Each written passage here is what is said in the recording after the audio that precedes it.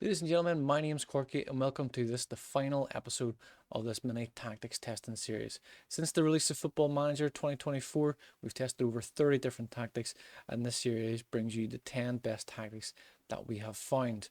With this tactic in particular, we are calling it the broken tap. It is a 4-2-3-1. We have tested this, as with all the others in the series, with Tottenham Hotspur in England, Roma in Italy, Real Madrid in Spain, and also with my local club, Institute in the Northern Ireland Lock 41 Championship as well.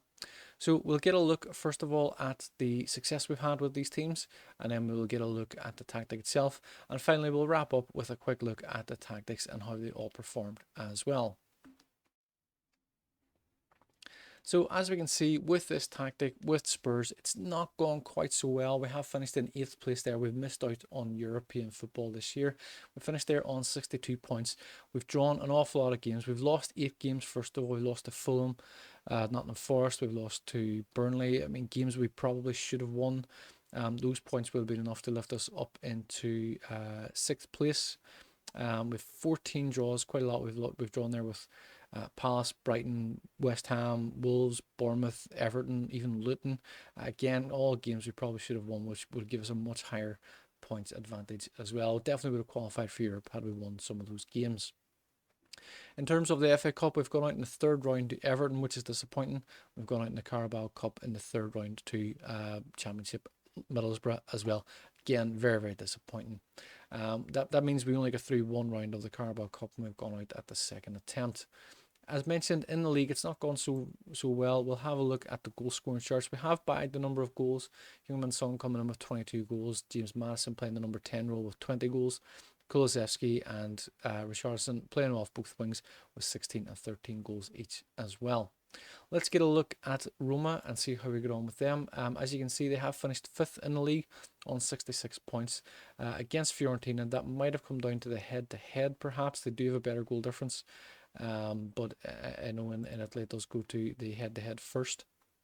So let's have a look here and see. They're not in that list there. So we have lost 8 games in total there. We lost to Genoa, Frosinone, Cagliari. All games we probably should have won. Even Udinese, we probably should have beat them. Again, this is all simulated. So we're not actually playing the games manually. If we had, I would expect we probably would have won some of those games. Again, we did draw an awful lot of games. We've drawn with Monza, we've drawn with Bologna, we've drawn Frosinone. So we haven't actually beat Frosinone this year. We've drawn Fiorentina, Sassuolo, and Bologna twice. Actually, we've drawn with them.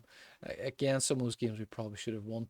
We're on 66 points. We're full 21 points behind Inter Milan. If we return some of those draws and defeats into victories, we may have finished much higher up in the league and ideally have qualified for the Champions League.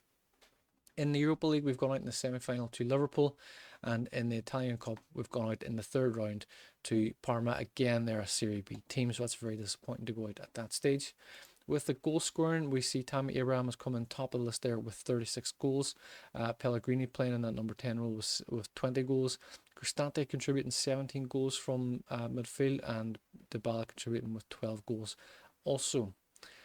We'll have a look then at Institute, and as we can see, it's gone very well for them. In the Northwest Senior Cup, we finished runner-up, where we lost 4-3 in extra time to Coleraine, who are, of course, in the Premiership. In the Bet McLean Cup, we've lost in the second round to Coleraine there as well. And in Northern Irish Cup, we've lost in the first round to Ards, which is disappointing. If we have a look at the league itself, as we can see there, we've won the league by a clear 10 points. We've lost only 4 games. This time it says 4, it's only showing us 3. We've lost to Portadown, we've lost to Ards, and we've lost to Warren Point as well. And we have drawn again a lot of games.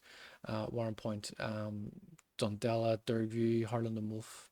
We've drawn with Harland Wolf. Well, there's twice. We've drawn with Dergview twice as well. Probably games we probably should have won.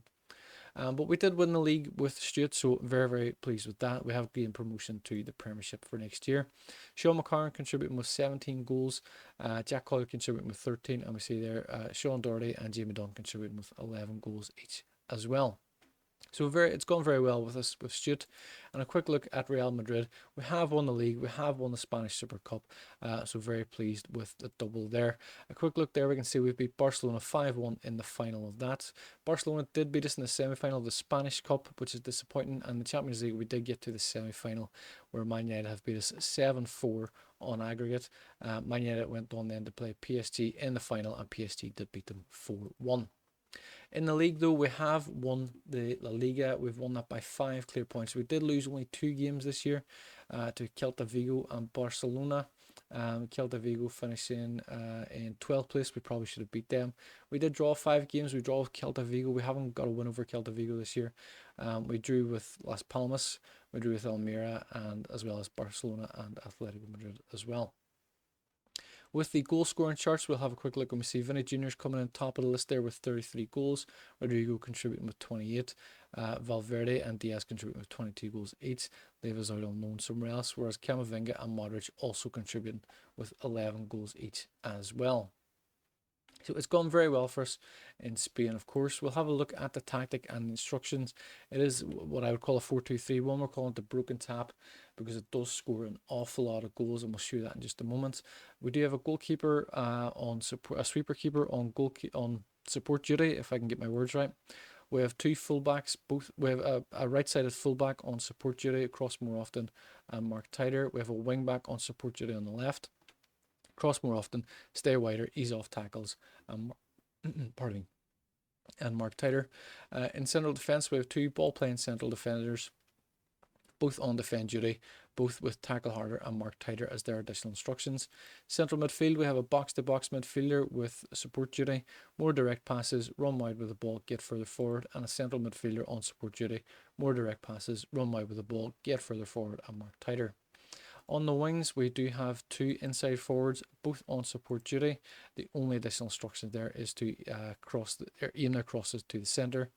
And just in behind, in the number 10 role, we have an attacking midfielder on attack duty. A few more instructions here. We have take more risks, cross more often, aim the crosses for the centre, hold up the ball, move into channels, and mark tighter. And up front, we do have an advanced forward on attack duty, take more risks, dribble more, and shoot more often as well.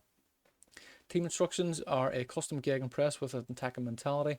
In position, we're going to play fairly wide. We're going to play out from the back, focus down the 2 flanks. We're going to overlap the 2 fullbacks as well. We're going to hit mixed crosses and work the ball into space, or into the box. We're going to pass shorter. We're going to play a slightly higher tempo. We're going to run to defence. We're going to be more expressive. In transition, we're going to counter press, counter attack, distribute to centre backs, and take short kicks. And out of possession, we're going to play with a high press, a higher defensive line. We're going to trigger press much more often and prevent the short goalkeeper distribution. So that is that tactic in a nutshell. You can, of course, download the tactic from the link in the description below. We'll have a quick look now at the table we've compiled with all the results, and we'll see which ones have come out on top. And as you can see here from the table, we do have the top 10 tactics. As you'll see, these will have gone in reverse order from the 10th best to the first best. The broken tap there, whilst it did only win 2 league titles, 1 trophy, and 1 runner-up trophy, it's actually come out top of the rankings in terms of the points scored. As you'll see there, the Fires of Pompeii is only our 4th best tactic. It does have the most wins, our highest win ratio. It did have the highest goal difference. It didn't score the most goals. That was the broken tap, which is why it got that name. If you're familiar with Ted Lasso, you know that's one of the elaborate set pieces that they discuss the broken tap because they think Man City are going to concede a lot of goals. We've scored a lot of goals, so it is our broken tap. Because the other teams effectively have conceded a lot of goals. Our best defensive performance was the defensive lockdown. It was tactic number 9. Actually didn't rank very well. Did win 3 leagues and a trophy as well as 2 runner-up medals, and we did get Institute promoted with that as well. But it is our best defensive tactic. As you can see there, conceding only 1.07 goals per game. I'll leave this on screen for just a moment. You can have a little look. You can pause the video, of course, and have a little look further and see which one performed best. Our dynamic flank fusion with our worst defensive record there also. So that is it for this tactics testing series. I do hope you've enjoyed it. We will be testing more tactics when the winter update comes out in January, and the transfer update as well, we will create a new series of tactics tests then as well. Again, we'll do a similar thing. We'll test a bunch of tactics. We'll bring you the best 10 in a short mini series as well.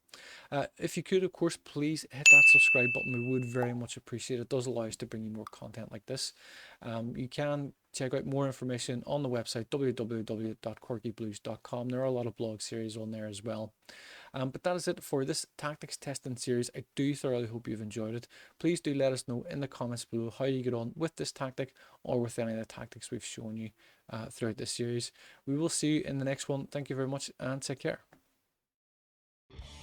Thank you for watching this video. I do hope you've enjoyed it. Please do like, share, subscribe, and leave your comments below. I'd love to hear your feedback as well. You can check out one of these recommended videos. We will see you in the next one. Thank you and take care.